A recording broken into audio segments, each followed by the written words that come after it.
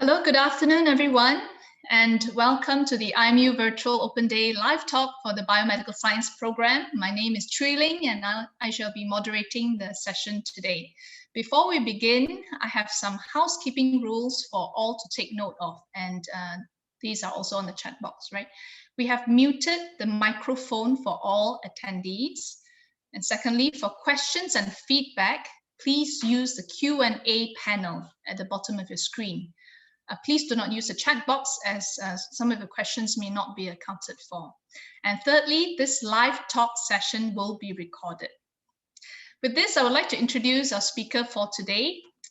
Professor Anthony Rhodes is a professor in the School of Health Sciences at the International Medical University.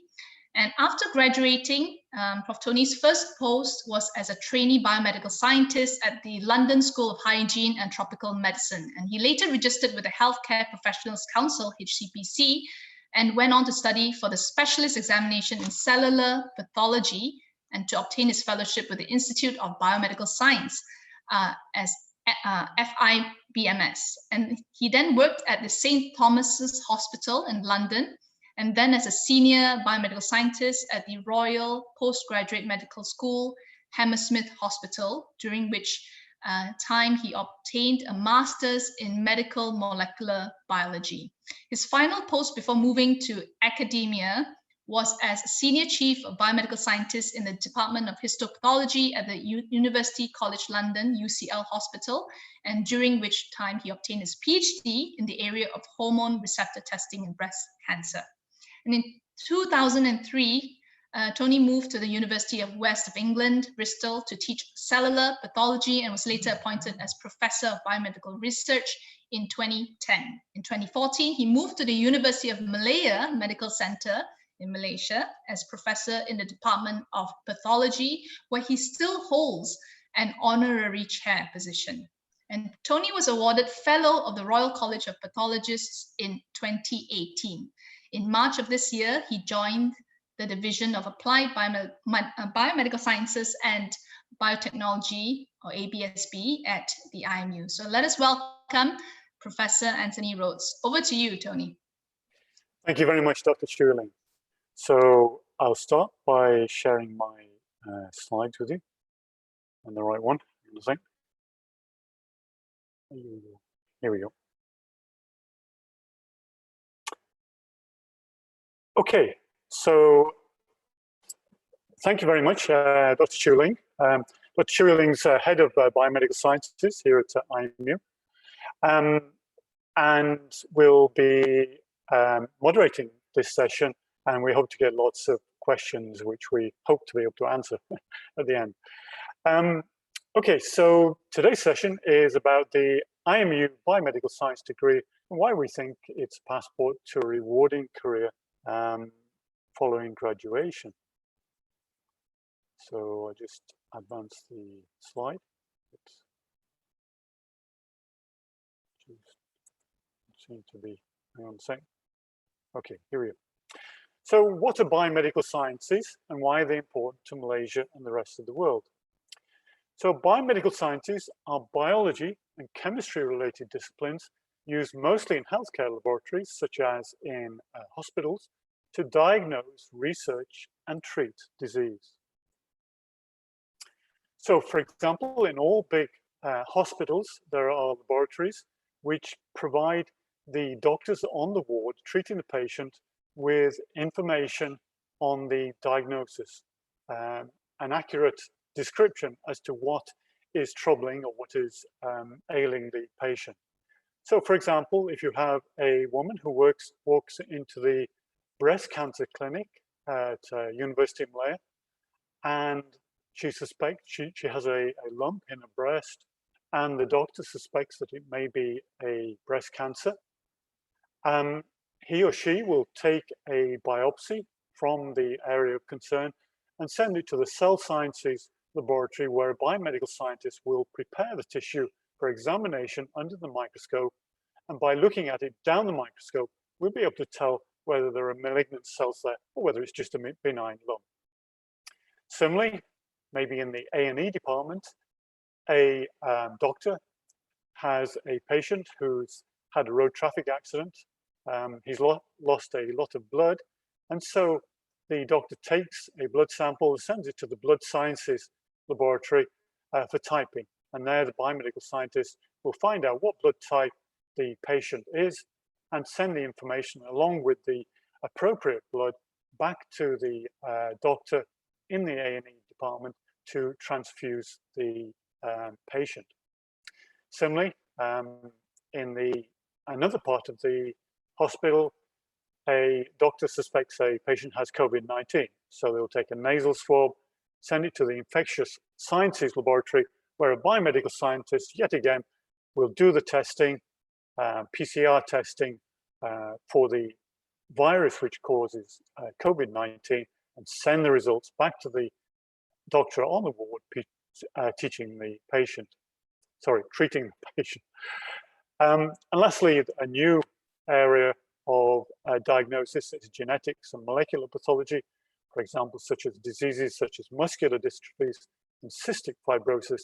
There is a genetic and a hereditary component. And again, this type of analysis is done in a laboratory, this time in the genetics and molecular pathology laboratory, and the results are sent back to the doctor on the ward treating the patient. So without this type of laboratory diagnosis, the treatment of patients would be inaccurate and inappropriate, and the patient would not get the best management from the hospital. So a vital component of treating ill patients with disease. This just gives you an idea, this film clip gives you an idea of what it's like to be inside a hospital laboratory.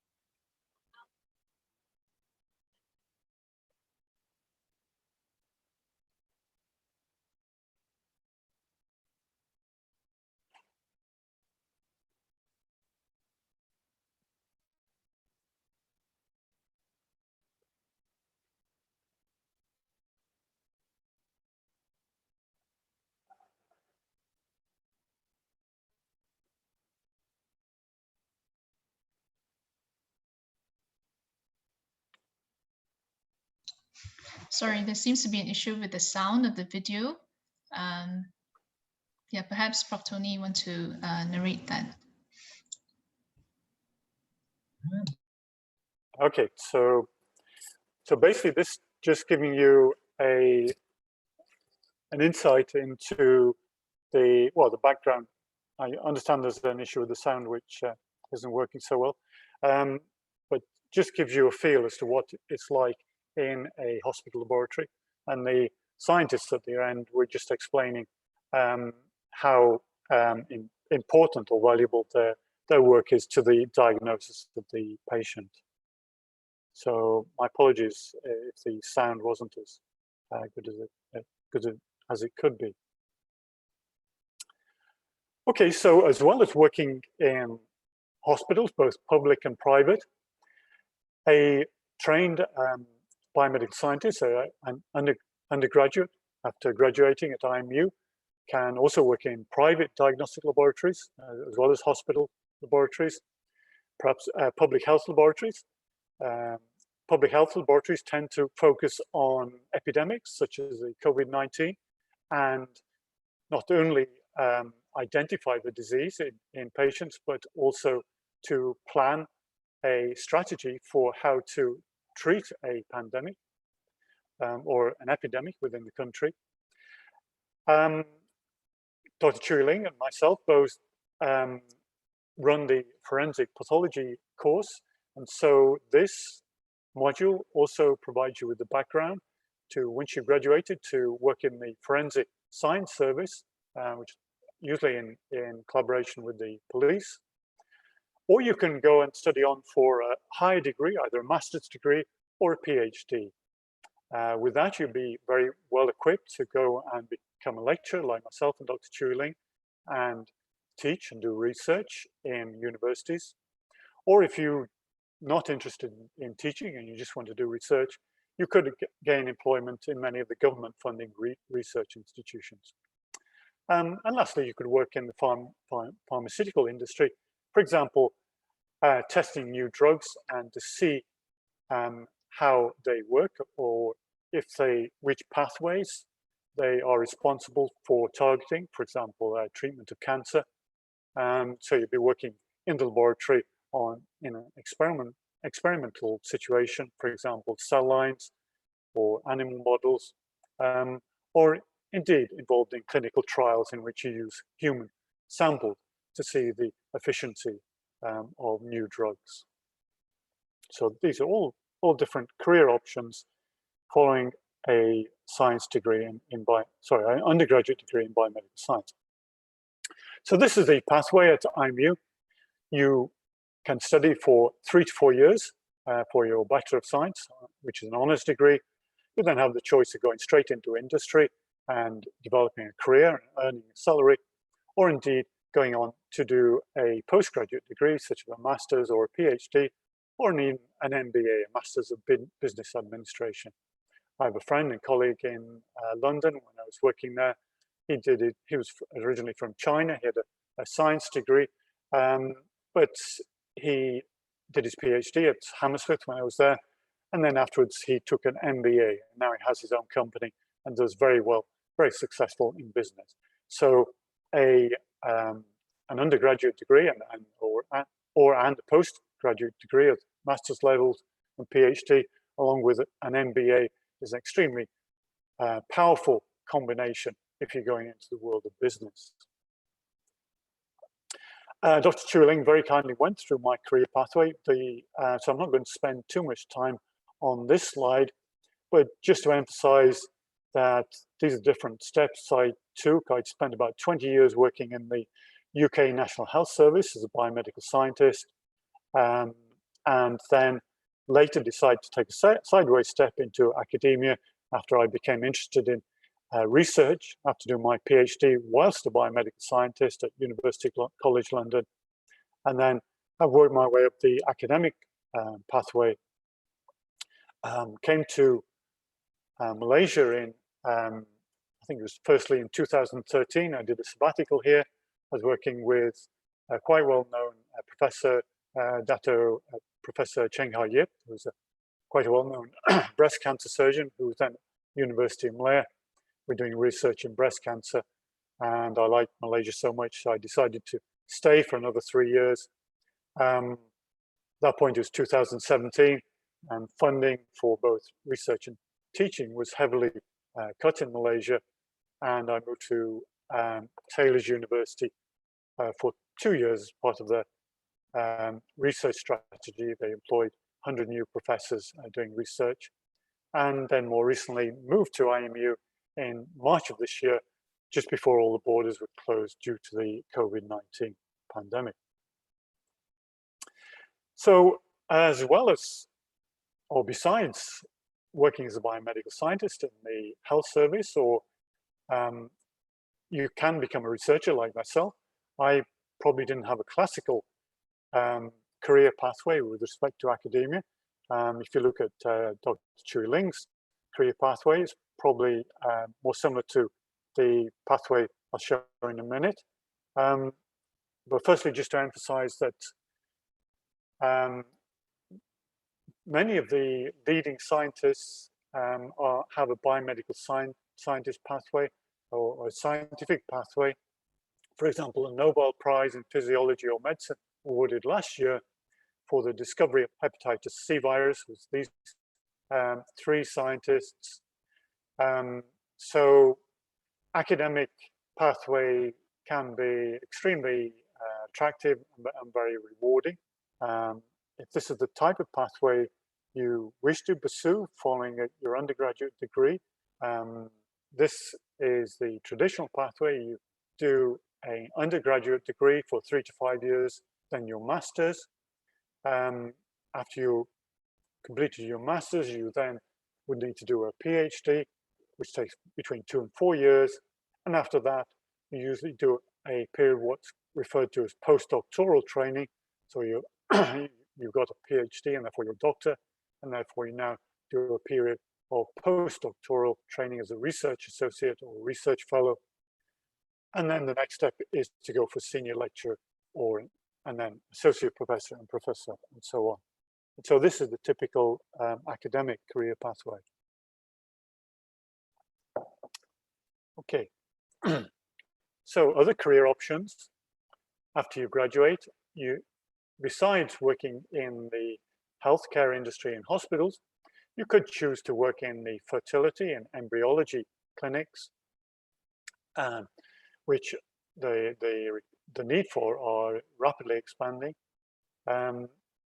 If you choose to, you could work in, as mentioned previously, in the pharmaceutical industry, or you could work in the biotech companies. For example, when I was at a university in Malaya, one of the areas of research we were looking at is in prostate cancer, and we wanted to sequence the gene for rather a large number of patients. Rather than do the work ourselves, we sent it off to a biotech company who provided the service in Kuala Lumpur and who did that technical work for us so we could integrate it into our research work, and it saves a lot of time for us. And you can similarly do the same if you want to synthesize peptides and proteins or purify proteins. You can pay biotech companies to do this, and so your research isn't slowed down by these technical constraints. Or, as previously mentioned, you may wish to join the Forensic Science Service, working hand in hand with the police to analyze evidence, data, samples collected from the scene of crime to help in convictions and identify who has actually caused a crime or caused a crime. Excuse me.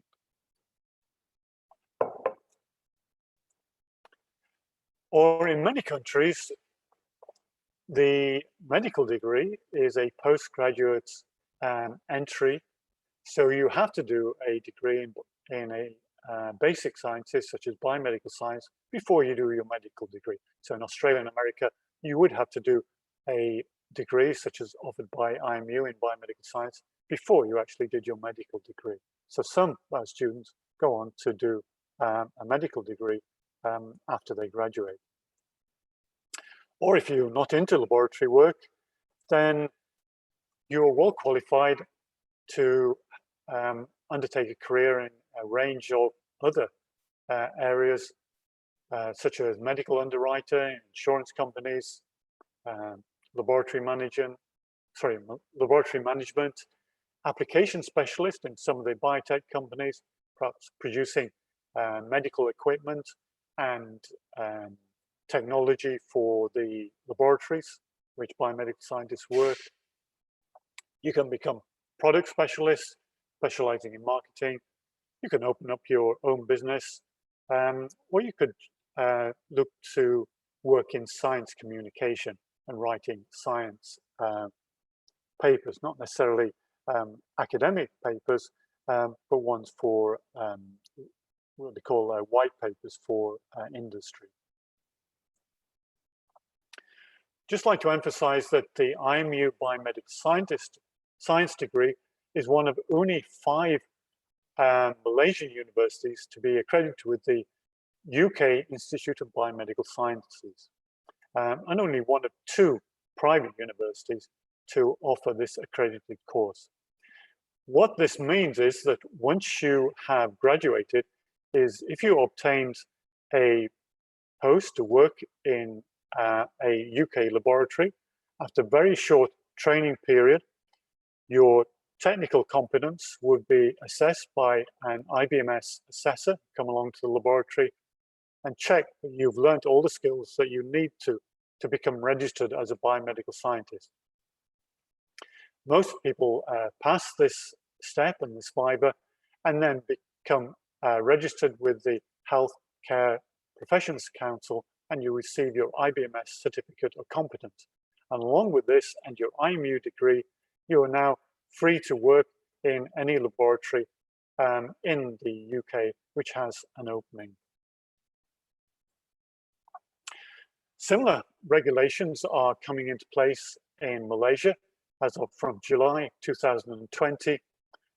All biomedical scientists and technicians working in the hospital service have to be registered with the Allied Health Professions Act. This is a good thing because it protects the public from people who are not qualified to carry out this test. And it's also a very good thing for biomedical scientists, because what I envisage at some point is that this will lead to a graduate entry for working in the hospital laboratories. Biomedical scientists will become more highly qualified. They will be expected to do more difficult tasks, high levels of responsibility, high levels of management, and with this, ultimately, will come increased pay and salary. So this is the educational pathway. If you come to IMU to study your bachelor's in biomedical science, you can either do the whole of your 3 years at IMU and you come out with a BSc Honours in biomedical science from IMU, or you can do 2 years at IMU and then a further 2 years in New Zealand at one of our partner universities and come out with a Bachelor of Medical Laboratory Science from the University of Otago. Alternatively, you can do the first 1.5 years at IMU in Malaysia, and then the final 1.5 years in Australia at the University of Newcastle. You come out with a Bachelor of Biomedical Science Honours from University of Newcastle. Or lastly, you can do 2 years at IMU, plus 2 years in the UK at University of Strathclyde, and come out with a Bachelor of Science, a UK Bachelor of Science Honours from University of Strathclyde. And then more recently, we've had this new pathway developed. You can do your Foundation in Science for 1 year. It's a 1-year course at IMU, and then do 1 year first year at the biomedical science degree at IMU, followed by a further 2 years at University of Strathclyde, and come out with a Bachelor of Science Honours in biomedical science from University of Strathclyde. And lastly, we have a master's course which builds on your 3 years that you've already done with your IMU biomedical science degree, and for just 1 extra year, and going over to the UK, studying for 1 additional year, you can come out with a Master of Science in Forensic Science. And the University of Strathclyde has a long track record of turning out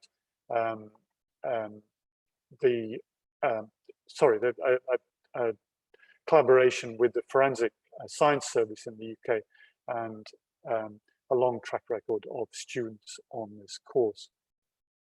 And there is a 50% bursary for eligible students to take this pathway.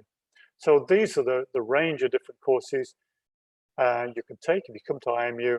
So basically either 3 years all at IMU, or a combination of 1 or 2 years at IMU and then 1 or 2 years at our partner universities overseas.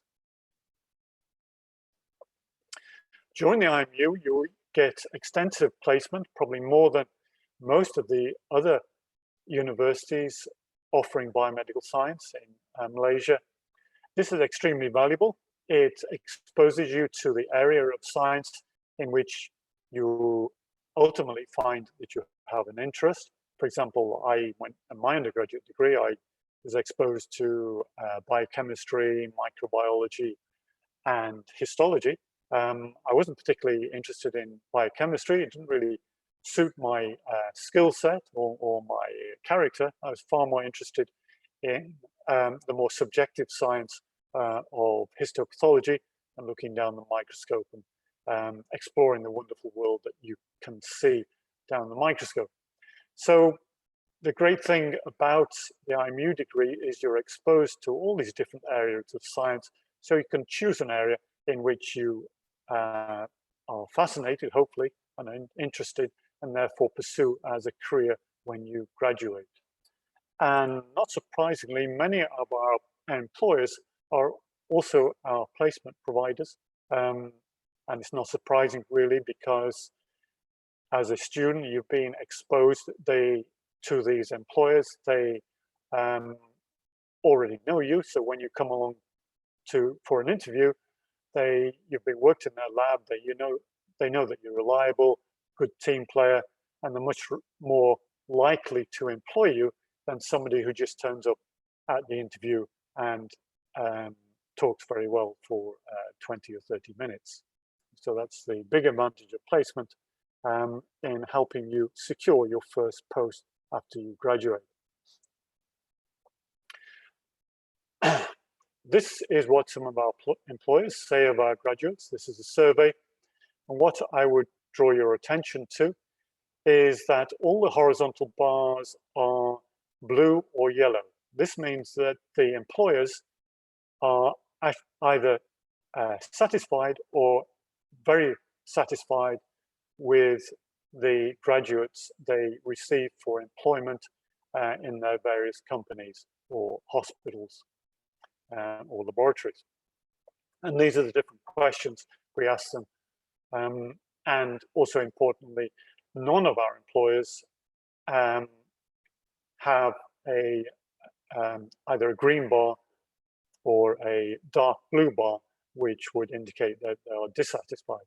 So a high level of satisfaction from employers who have taken our graduates for employment. And very lastly, before we open the session to questions you may have, question quite often asked myself in particular, and Dr. Chooi is, how about salary? How does this compare to a medical profession, for example? Well, this table is from the Biomedical Scientist. This is a periodical which all members of the Institute of Biomedical Sciences in the UK receive every month.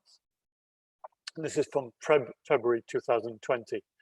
And it's referring to biomedical scientists employed in the profession that I specialized in, histopathology or cellular pathology, but it equally applies to all the other disciplines, such as hematology, clinical chemistry, microbiology, and so on. So basically what this table does is compare the scientific pathway of the biomedical scientist to that of the medical pathway of a medical student. As you'll see, so the two columns, the left-hand column is the scientific pathway of the biomedical scientist, whereas the right-hand column is the pathway of the medical student and the doctor. So just to emphasize, this is in the UK, but what happens in one country tends to happen in other countries, usually because it makes economic sense to do so. So anyway, work you through this table. So the first 3 years of the scientific pathway on the left, you'll see that the IMU undergraduates full-time academia for 3 years. The biomedical science graduate then graduates, and at year 4 is then in a position to do, as I mentioned, to go into a laboratory and become registered with the Healthcare Professions Council. He or she is then qualified to work anywhere in the United Kingdom.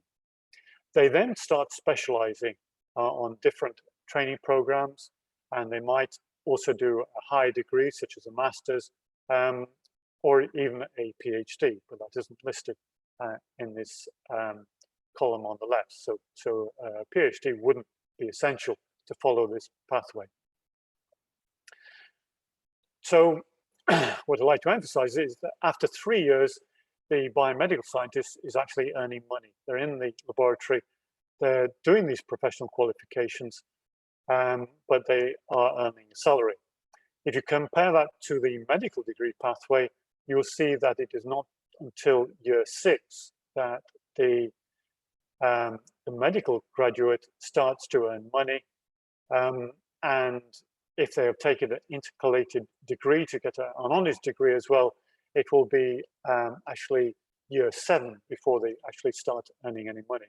Also emphasize that the trainee doctor at foundation year 1 and 2, the salary is also extremely low. So it probably would not be that much different than the undergraduate biomedical scientist starting as a trainee at level 4 in the laboratory.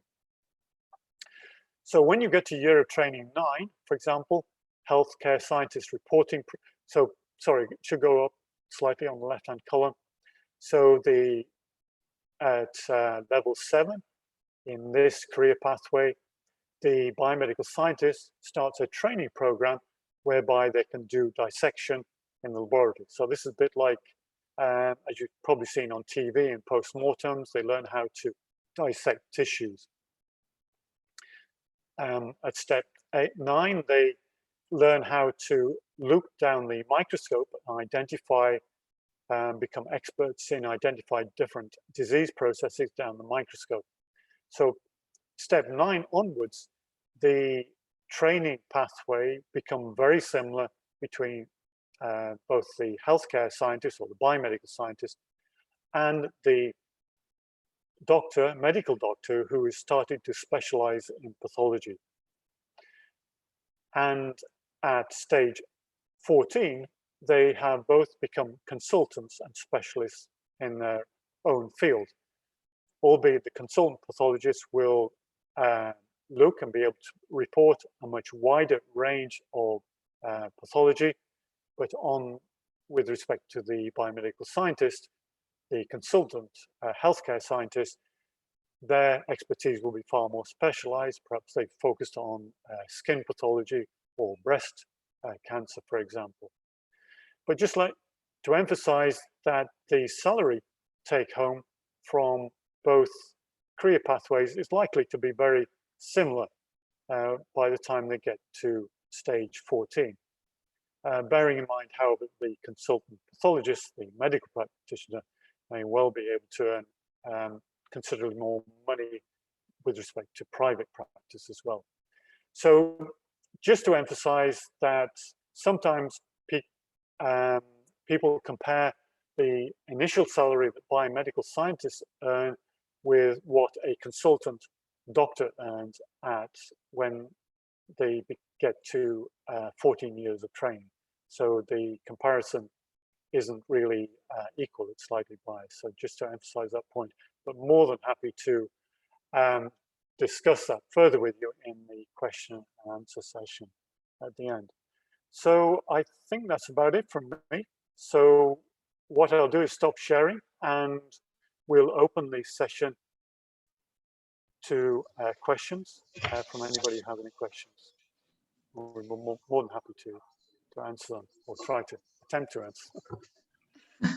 Thank you so much, Prof. Tony, for your very comprehensive and very engaging talk on the career pathways for biomedical scientists, biomedical science graduate. I think we have one question in chat. Let me try to address that first. From SS7MY280. That's a code, right? So this individual asked, can I know what are the subjects which a student need to take? So please correct me if I'm wrong. For you answered the who asked this question, are you referring to the entry requirements to the program?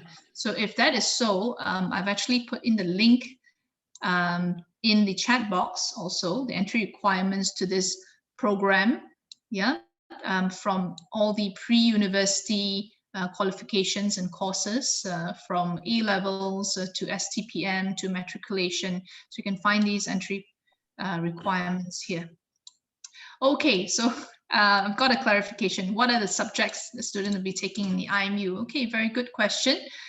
Prof. Tony, would you like to answer that? Would you like me sure. to do that? Yeah.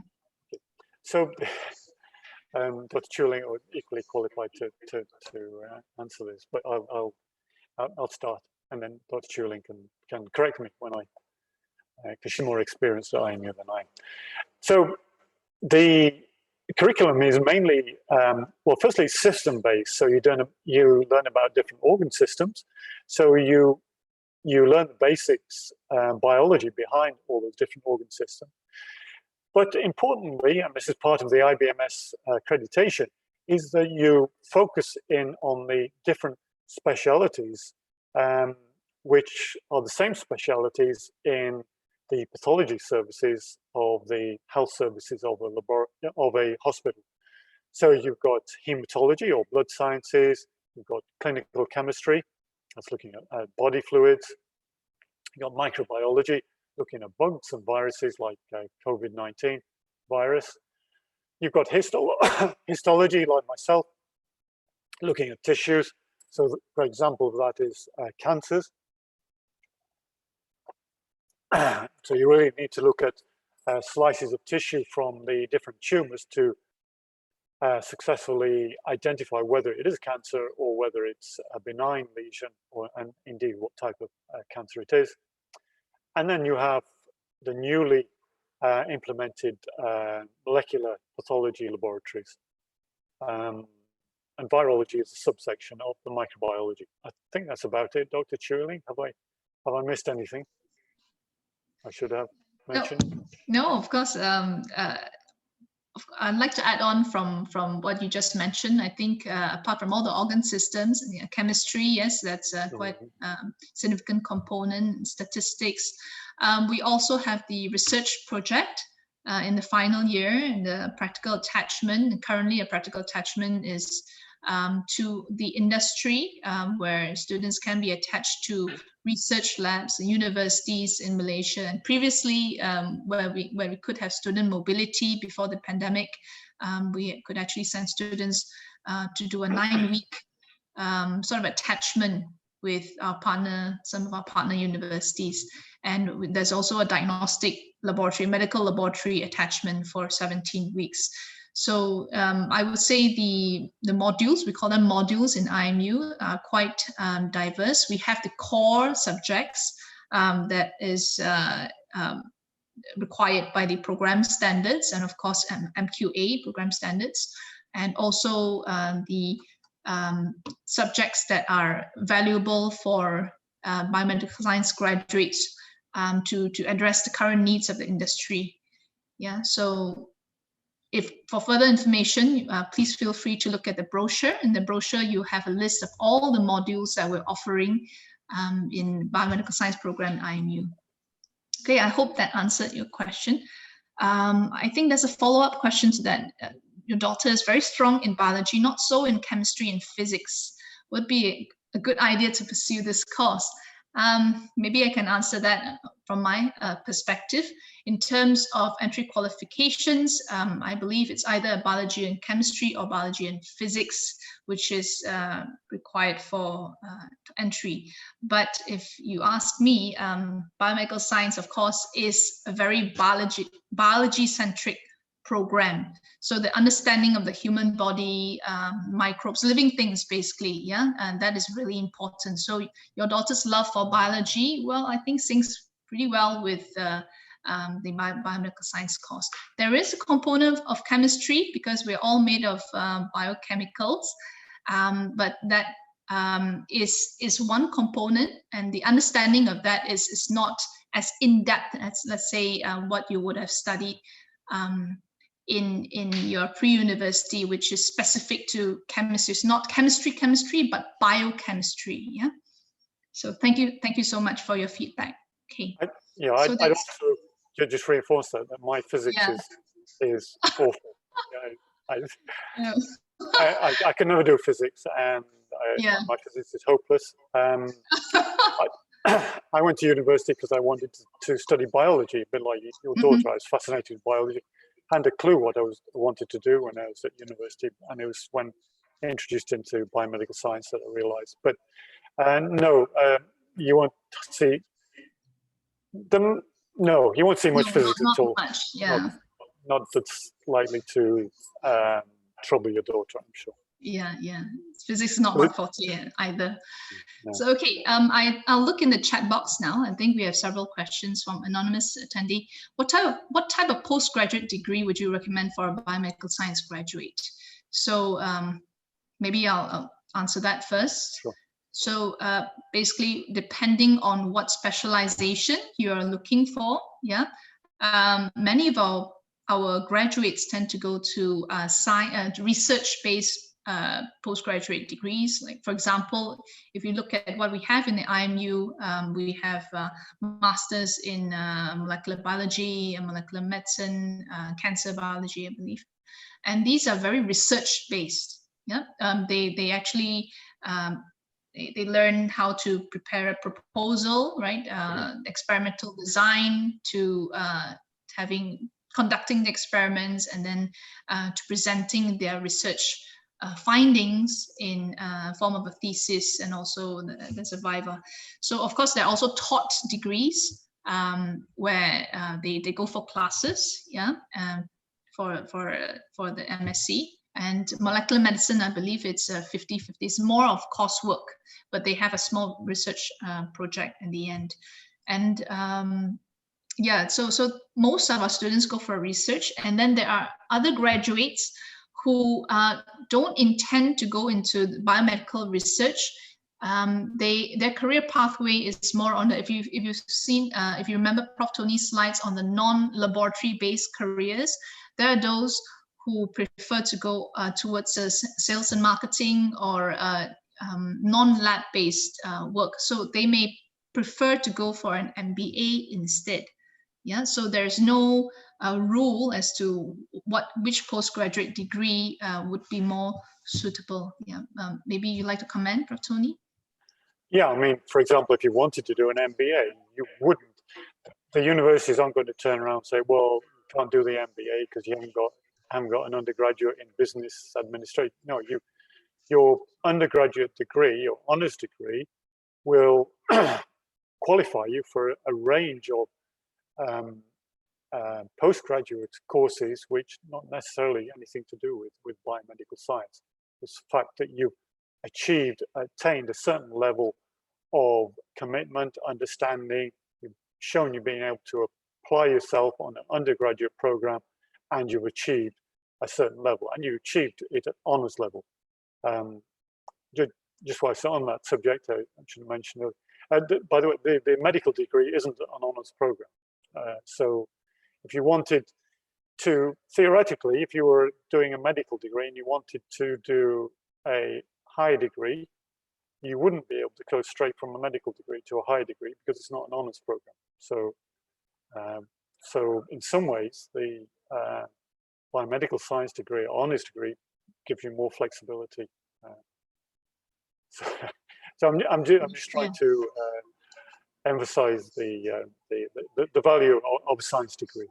Yeah, I absolutely agree with you. STEM, right? The country needs to have more science-based graduates, yeah, for to become developed country, essentially, right? Sure. What qualifications do I need to join a biomedical science degree? I think I sort of answered that in the beginning. Pre-university qualifications.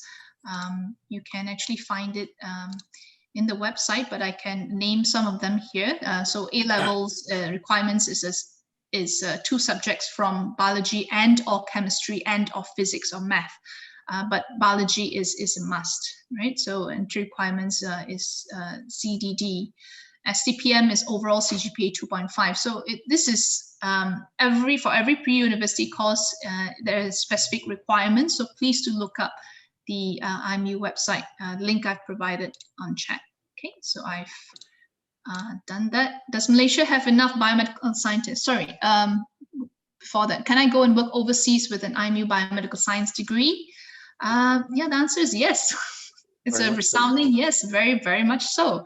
And if you can see the internationalization that we have here, the international staff that we have at the IMU, and Prof. Tony is one of them from the UK, and he mentioned he fell in love with Malaysia, and that's why he's with us. Our privilege, of course, to have him here. So definitely, in terms of research, I think that it's much more straightforward, because research itself is very collaborative. If you do you're free to do a postgraduate degree outside of Malaysia as well, and we just to emphasize, we have one PhD student. We have one graduate of the biomedical science program. I think he is from the 2010 cohort. He's currently doing his PhD in the University of Oxford in the UK. So we have many, many such examples of students all over the world working and also studying in various levels of postgraduate degrees. So the answer is yes. Would you like to comment on that, Tony? No, well, only just to agree with you. With respect to biomedical science, the slightly biased, but the UK Institute of Biomedical Science is probably more advanced than many European and US equivalents. So the fact that you've got a badge of UK IBMS accreditation is a badge of quality. So even if you didn't want to go and work in the UK, say Australia, for example, they would be impressed by the fact that you come with an IBMS accredited degree. Yeah, thanks for that point. That's absolutely right. IBMS accreditation is really vital, and it's a big advantage for graduates who want to work in the UK in future. Next question: does Malaysia have enough biomedical scientists? That's I would say no. I don't have the data with me, but I would say no, because there is a constant demand. As you would know, we need people to work in the clinical laboratories, yeah, for testing, yeah, and eventually, of course, they will manage the labs, and we need also people in various industries, even also in the insurance companies. They have medical underwriters, and they need biomedical science graduates also. Yeah, so if you look at the career pathways that Prof. Tony has shown, there's the diversity of the career options really shows that biomedical science graduates are actually very much in demand, yeah, in all these sectors. Yeah, Prof. Tony, would you want to comment on that? Yeah, I mean, during the current pandemic, in the UK, the number of jobs for microbiologists and virologists has increased dramatically. If you look at the website where these jobs are advertised, you can see massive increase, because there's a lot more testing going on for COVID-19. And obviously other countries throughout the world are similarly affected of the need to do reliable testing by qualified personnel and qualified laboratories. So unfortunately, people are always going to be ill, and therefore there's always going to be need for people to help in the diagnosis. So you're never going to be unemployed when you're trained as a biomedical scientist. So I would say No, I don't think. But No, I'm short slightly answer. biased. No, that's not enough. Okay, next one. We will try to go through quite quickly because we have 10 Sure. minutes left. Ng Ziwei, regarding the course, is it more on research or experiments? I'm thinking that you're asking about the amount of practical sessions that we have. If you're talking about experiments, so we have our program is very we have a focus on laboratory skills, of course. Apart from theory, there's a balance with the skills-based learning. So we have laboratory practicals, not in every module, but in most, yeah, that, for example, microbiology, definitely, biochemistry, yeah, clinical biochemistry. So we are a skills-based program. Is it more on research? Like I mentioned earlier, in the final year, there is a research project, individual research project, and supervised by one of the faculty in the biomedical science program. So we have what we call a research year, or research final year, or final semester. Yeah. So yeah, I think we have both. It's not heavier on either. We do emphasize on skills, both research skills and also practical skills in the lab. Right, Tony, you wanna? Yeah. Yeah, no, I totally agree. I mean, sometimes you need to do something rather than talk about it. Academics were very good at talking about it, but sometimes you just need to, That's very true. do something. And Yeah. sometimes it's not until, I mean, I know when I was an undergraduate, it wasn't until I did histology in the lab and thought, well, this is fun. So it's not real. You don't realize if something is fun and you enjoy doing it until you actually, it's not, if it's a practical skill, it's like riding a bicycle. You tell your child to giving a lesson on how to ride a bicycle, they ain't going to learn very quickly. Yeah. Whereas Experiential learning, yes. Here's the bike, get on it and go. And do it, yeah, just do it. Yeah. So a lot of hands-on, Is IMU offering scholarships to biomedical science undergraduate students? The answer is yes. So we do have an IMU scholarship for full tuition fee, 100%, and a partial tuition fee of 50%. And that is depending on merit. Of course, the scholarship is awarded to students with showing academic excellence, and if you have good extracurricular participation to support your application. So it's by invitation only, however. So when you apply to for the program, once the admissions department looks at your qualifications, they will offer you the scholarship if you're eligible. All right, it's only formulations for the local program only. Okay, apart from the IMU Merit Scholarship, I think we have a few other scholarships as well. For further information, please look at our website. I think we have quite a number of details there. Okay, I hope that answers your question, Fuman. Okay, next question. I don't think we'll be able to answer all, but I'll try. Yeah. What is the field that most IMU alumni has joined after the degree?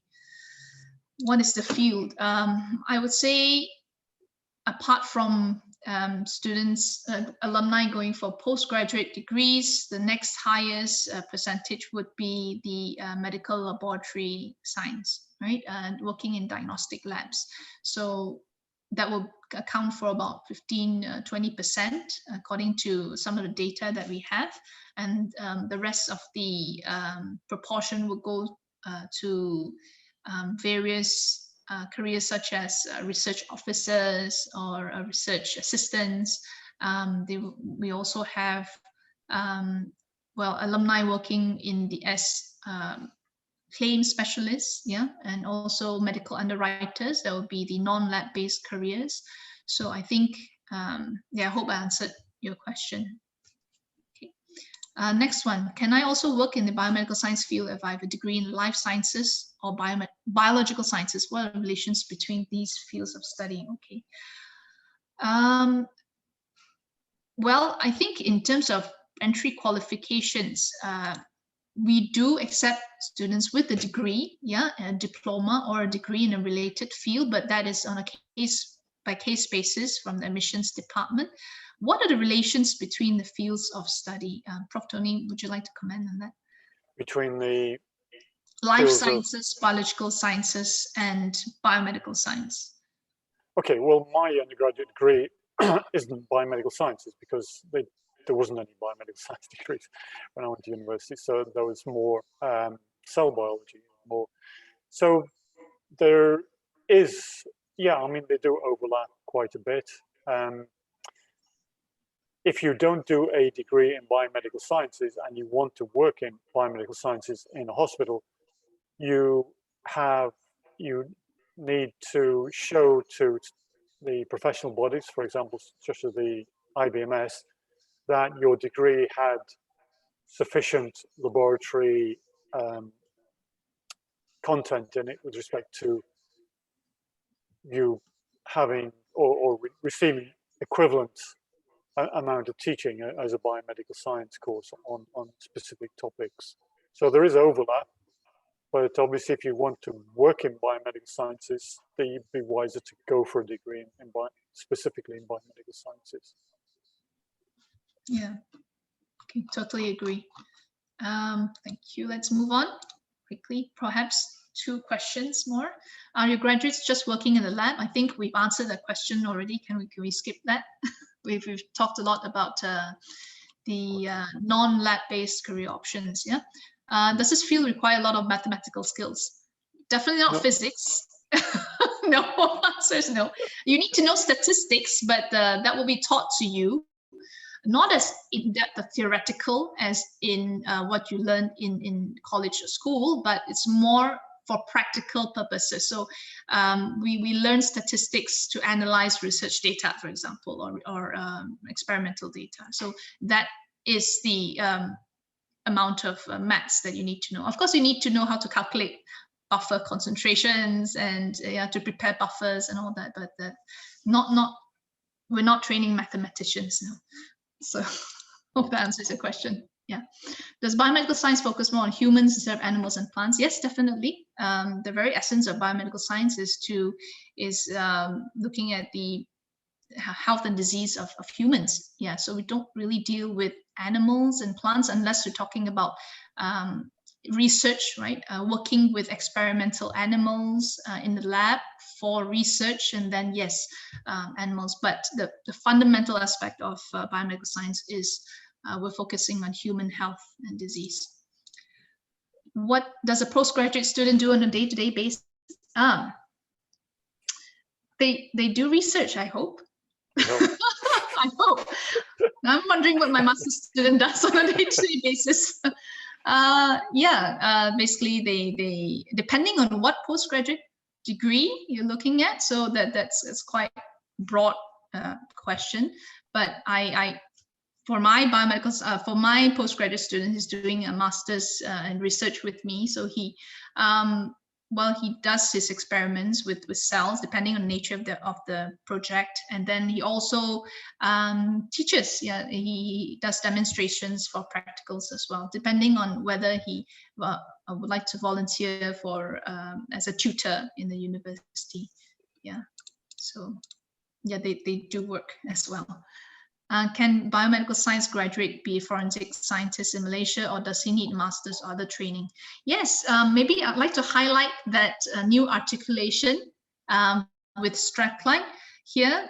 So we have an MOU with our partner university, University of Strathclyde in Scotland, that if you complete your biomedical science degree in IMU, you get to do a 1-year master's in forensic science in Strathclyde with a bit of a discount. I would say a 15% bursary if you are found to be eligible. So we have this understanding that they are keen to accept our biomedical science graduates for their masters in forensic science. So yes, you need to have specialized training for forensic science. It also depends on the job scope. Yeah. Okay. It's 3. If you do that master's, you'll be extremely well qualified, I would think, to do very well in forensics with a master's from UK Strathclyde, I would have thought. Yes, definitely. Okay. Unfortunately, we've run out of time. We have several other questions that we weren't able to answer. I sincerely apologize for that. However, I would like to remind you that this Sunday, on the 24th of January, from 10 a.m. to 4 p.m., we have a virtual open day counseling session. So it's entirely online. You can access the counseling sessions from the safety of your own home. So do do attend this session. Yeah, speak to our faculty. Our biomedical science faculty will be there to answer your questions. So don't be shy. Yeah, they're really friendly. Do approach them, and they'll be happy to answer your questions. Okay. So with that, I thank you very much for your participation and active engagement today. I really appreciate your time. And of course, to Prof. Tony, thank you so much for that very interesting talk. Thank you very much. Thank you. Thank you, everybody. Thank you. And hope to see you on Sunday. Yes, yes. Okay. Bye-bye. Bye-bye. Bye-bye.